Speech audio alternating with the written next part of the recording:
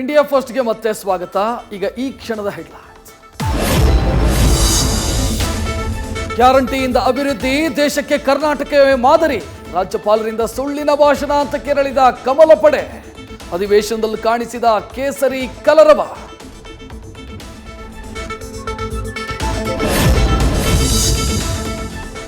ನಾಳೆ ರಾಷ್ಟ್ರ ರಾಜಧಾನಿ ದೆಹಲಿಗೆ ಮತ್ತೆ ರೈತರ ಮುತ್ತಿಗೆ. ಭೋಪಾಲ್ನಲ್ಲಿ ರಾಜ್ಯದ ರೈತರನ್ನ ಬಂಧಿಸಿದ ಸರ್ಕಾರ. ದುಷ್ಕೃತ್ಯದ ಹಿಂದಿನ ಕ್ರಿಮಿನಲ್ ಮೆದುಳು ಮೋದಿ ಅಂತ ಸಿಎಂ ಕಿಡಿ.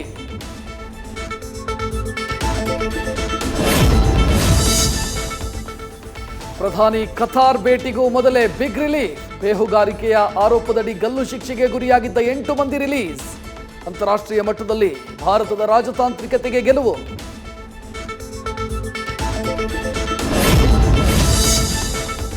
ಇಪ್ಪತ್ತೇಳು ಎಕರೆ 700 ಕೋಟಿಯಲ್ಲಿ ಬೃಹತ್ ಮಂದಿರ. ನಾಡಿದ್ದು ಅರಬ್ ನೆಲದಲ್ಲಿ ಮೋದಿಯಿಂದ ದೇಗುಲ ಲೋಕಾರ್ಪಣೆ. ದೇವಸ್ಥಾನ ಉದ್ಘಾಟನೆ ಕಣ್ತುಂಬಿಸಿಕೊಳ್ಳಲು ಕಾತುರ.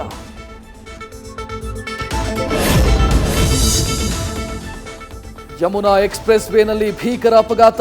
ಡಿಕ್ಕಿಯ ರಭಸಕ್ಕೆ ಹೆದ್ದಾರಿಯಲ್ಲಿ ಹೊತ್ತಿ ಉರಿದ ಬಸ್ಸು, ಕಾರು. 5 ಮಂದಿ ದುರ್ಮರಣ, ಬಚಾವಾದ 40 ಜನ.